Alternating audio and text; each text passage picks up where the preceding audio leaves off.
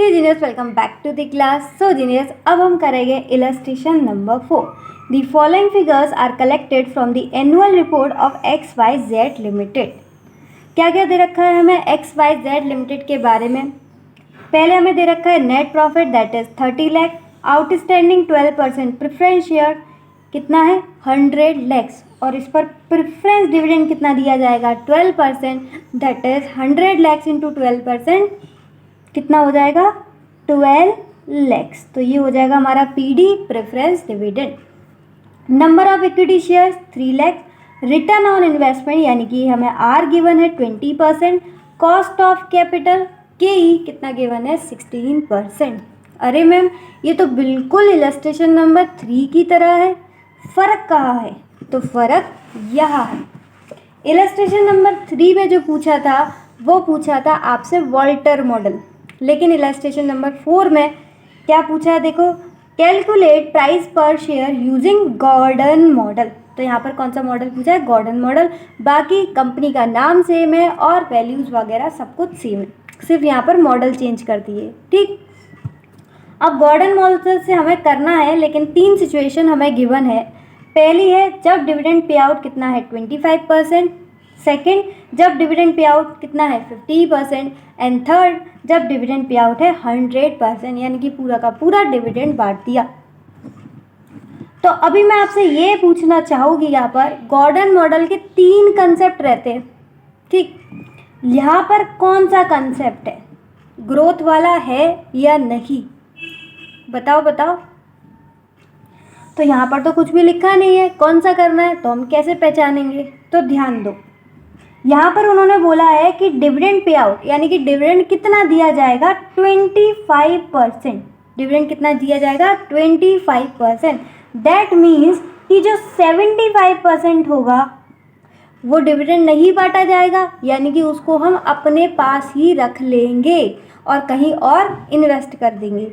ठीक है, तो कंपनी उसको अपने पास ही रख लेगी, यानी कि रिटेन कर लेगी। तो इसको अपन क्या बोलेंगे? Retention ratio. ठीक, तो कंपनी क्या कर रही है 25% डिविडेंड बांट रही है, दैट मीन्स कि वो 75% क्या कर रही है रिटेंशन रेशियो।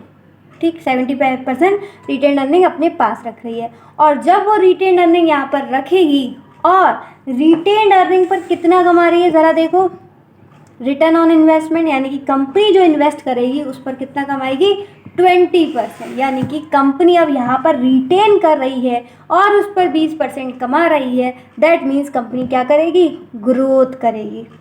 ठीक, तो इसमें कौन सा फॉर्मूला लगेगा? गॉर्डन ग्रोथ वाला। ठीक, पर वो फॉर्मूला लगाने से पहले हम अपना अर्निंग पर शेयर कैलकुलेट कर लेते हैं, क्योंकि डिविडेंड कैलकुलेट करने के लिए ये जो डिविडेंड हम बांटेंगे 25%, ये किसका बांटेंगे? अर्निंग का। जितनी हमारी अर्निंग आएगी उसका 25% हम क्या करेंगे? डिविडेंड बांटेंगे। तो सबसे पहले हमें कैलकुलेट करना होगा EPS। उसके लिए हम एक इनकम स्टेटमेंट बनाएंगे। इनकम स्टेटमेंट एग्जैक्ट सेम बनेगा इलस्ट्रेशन नंबर 3 जैसा, क्योंकि वैल्यूज़ में कोई भी चेंज नहीं है। तो फटाफट एज इट इज़ लिख देते हैं। नेट प्रॉफिट कितना गिवन है 30 लैक्स, उसमें से पहले हम डिविडेंड बांटेंगे किसका? प्रेफरेंस वालों का। कितना था 100 लैक्स की उनकी share capital, 12% dividend that is 12 lakhs. Then equity वालों के लिए कितना बचा 18 लाख यानी कि 18 लैक्स, और ये बांट दिया जाएगा नंबर ऑफ इक्विटी शेयर्स यानी कि 3 लाख। तो 18 लाख हमें बांटना है कितने में? 3 लाख में। तो हर शेयर पर कितनी अर्निंग आएगी? 6 रुपीज़। हर शेयर पर कितनी आएगी? 6 रुपीज़। तो earning per share that is EPS कितना आया 6। ठीक, बिल्कुल सेम है। मुझे लगता है इसमें कोई दिक्कत नहीं आनी चाहिए, क्योंकि इनकम स्टेटमेंट एकदम सेम है इलस्ट्रेशन नंबर 3 के जैसे। मैं दिखा भी देती हूँ आपको, ये रहा देखो। ठीक, तो अब हमें क्या करना है? प्राइस ऑफ शेयर कैलकुलेट करनी है अकॉर्डिंग टू गॉर्डन्स मॉडल। तो सबसे पहले एक अच्छी सी लाइन लिखी है, कैलकुलेशन ऑफ प्राइस पर share according to Gordon's model. और गॉर्डन का कौन सा फॉर्मूला यूज़ करने वाले हैं? फटाफट नोट अपने पास रखो और नोट्स में से देखकर बताओ। ये वाला या तीसरा? तो हम करने वाले हैं कांस्टेंट ग्रोथ रेट वाला। ठीक, ये आपको समझ में आ गया होगा कि ये हम क्यों करने जा रहे हैं। एक बार और समझते हैं। तो सबसे पहले फॉर्मूला लिखें, price equals to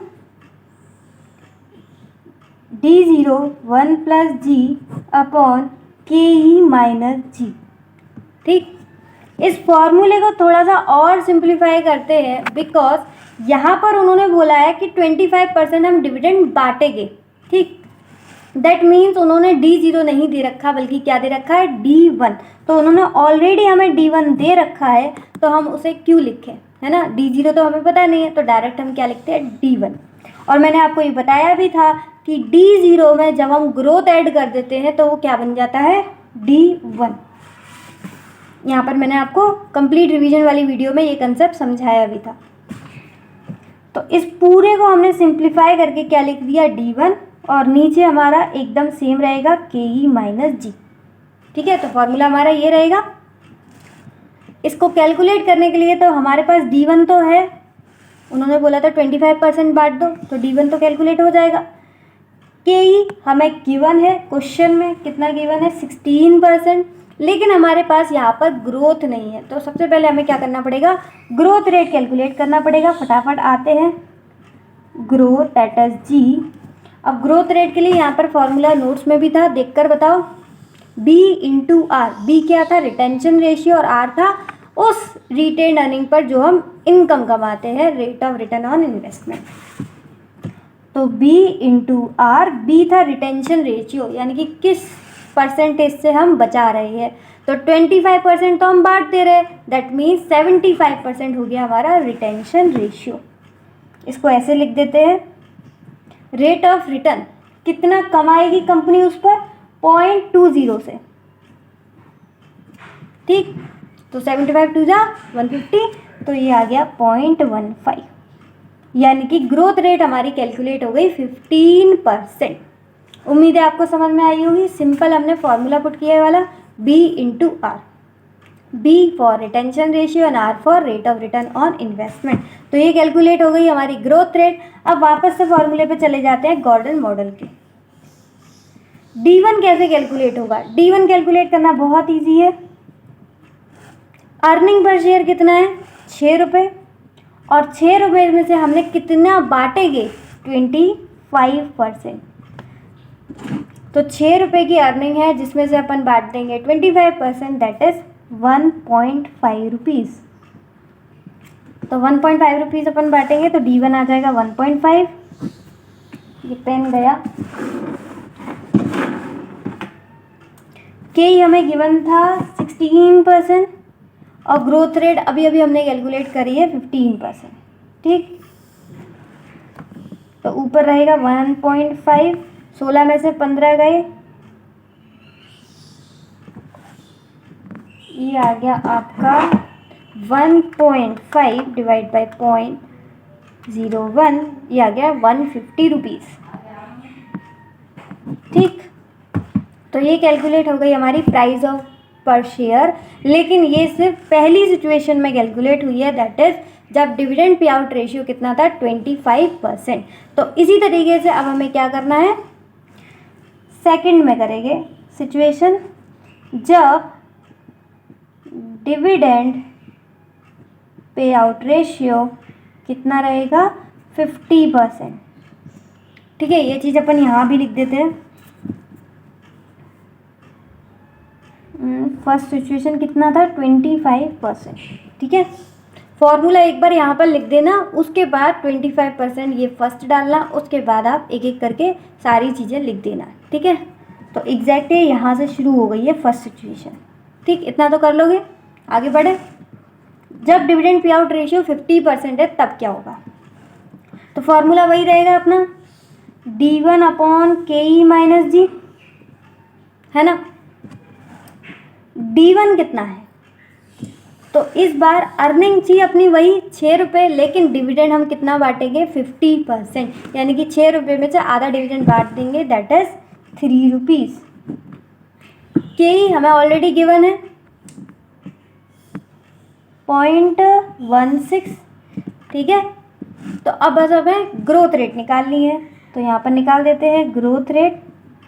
again same formula, B into R, B मतलब रिटेंशन रेशियो और आर रेट ऑफ रिटर्न, जो कि हमें गिवन है 0.20, ठीक।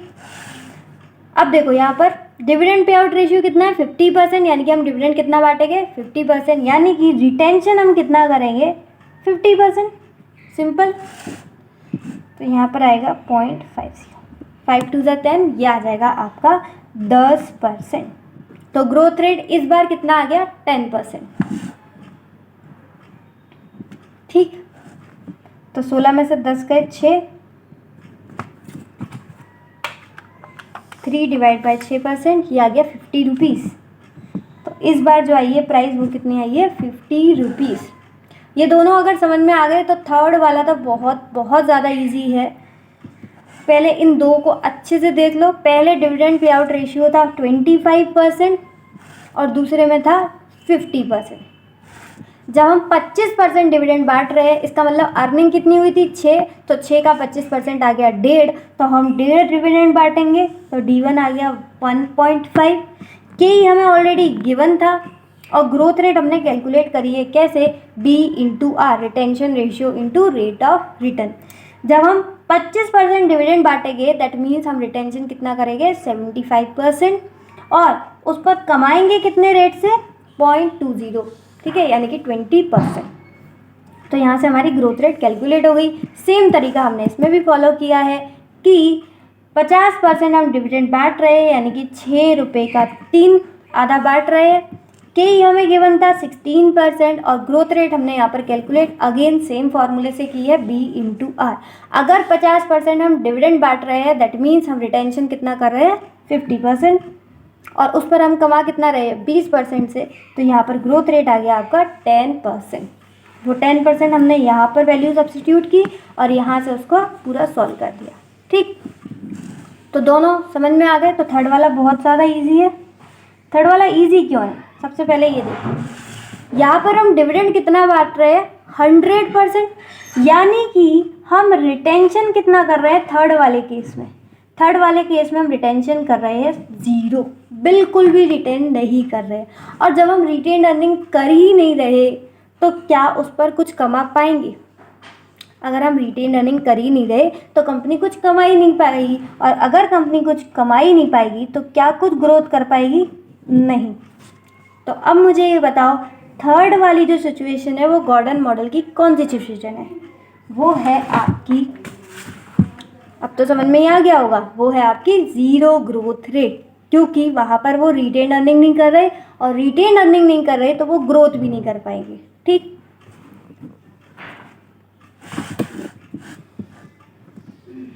तो D1 अपॉन KE माइनस जी, सेम फॉर्मूला लिखेंगे, देखो अभी आपको पता चल जाएगा। डिविडेंड कितना बांट रहे हैं हम 100% पे आउट रेशियो, यानी कि 6 रुपये की अर्निंग थी और 6 की 6 हमने मार नहीं दी, 6 की 6 हमने डिविडेंड बांट दिया।